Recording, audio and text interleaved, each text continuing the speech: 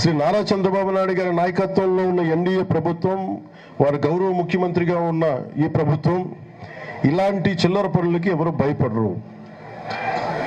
ఇంకా పద్ధతి కాదు కాబట్టి భాషని మర్యాదగా మాట్లాడుతున్నాను. మేము ప్రభుత్వంలో ఉన్నాం, ఒకటే మాట చెప్తున్నా, పిచ్చి పిచ్చి వేషాలు వేయకండి. మీరు బయట యువతకి మీరు అరుపులు చూస్తూ ఉన్నారు. ఇలాంటి పనులు చేస్తూ వెళ్తా ఉంటే చూస్తూ ఊరుకునే యువత కాదది. ఇది రాయలసీమ యువతది, పోరుబాటులో ఉన్న యువతది, నలిగి నలిగి నలిగి ఉద్యోగాలు ఉపాధి అవకాశాలకి నలిగిపోతూ ఉన్న యువతది. యువతను దయచేసి మీరు రెచ్చగొట్టకండి.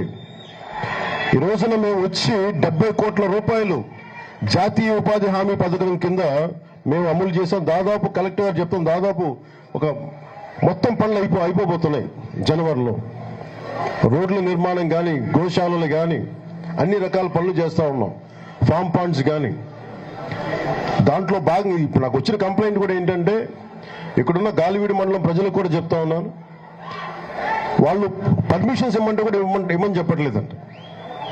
పనులు సిద్ధమైపోయినాయి అంటే వీళ్ళు కూర్చొని వీళ్ళున్నారు, ఇక్కడ గెలిచి వీళ్ళున్నారు ఎంపీడీఓలుగా, వీళ్ళు ఎంపీపీగా ఉన్నారు కాబట్టి వాళ్ళు పర్మిషన్ ఇవ్వట్లేదు అంటే ఒకటే చెప్పాం, 14 రోజుల సమయం ఇస్తాం. 14 రోజుల తర్వాత కలెక్టర్ గారు can over right that rule. మీరు ఎంపీపీలు అని చెప్పి మీ చేతుల్లో ఉందని అధికారం అనుకోవడానికి లేదు. అభివృద్ధికి మీరు ఎన్ని అడ్డగోడలు కట్టినా బద్దలు కొట్టుకొని ముందుకెళ్లే శక్తి సమర్థత మా దగ్గర ఉన్నాయి.